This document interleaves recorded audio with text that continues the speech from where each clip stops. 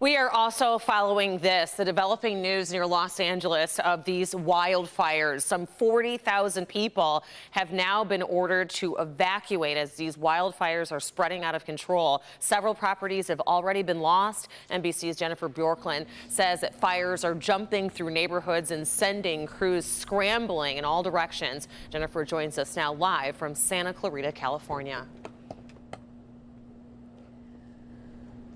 Rhonda, it's a long night firefighters are having here in California. They're chasing these fires from neighborhood to neighborhood, doing their best at this point to just keep up.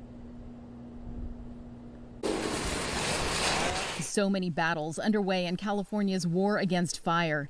Pay attention to fire behavior because these things can occur quickly. To the south, infernos in rural Los Angeles County are burning homes, sending thousands running for shelters, and some trying to save their own homes. It started coming close about a half hour ago, and apparently it missed us right there, so we're good. Hopefully we're good. Fire in the city sent smoke across the San Fernando Valley and into downtown. When I first saw it, I didn't realize how it could have got that big so fast.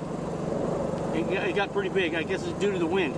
And to the north, wine country again is under a shroud of smoke and flames. 15 square miles burned.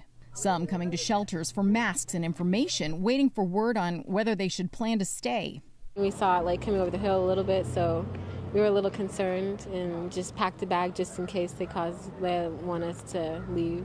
Utilities cut power to tens of thousands of homes and businesses across the state as a preventive move, but if a fire starts anyway, it makes evacuation harder. There's power off out here, so there's going to be limited ability to make phone calls. While the wind is expected to die down in the next day or two, it won't change direction, which is the break firefighters need. And the forecast has temperatures again here in the 90s tomorrow. Humidity just at 8%. When the wind finally does change direction, though, it won't be just cooler. It'll also have that marine air with some much needed moisture as well. I'm Jennifer Bjorklund, live in Santa Clarita, California. Rhonda, back to you. All right, let's hope that they get it under control. Jennifer, thank you.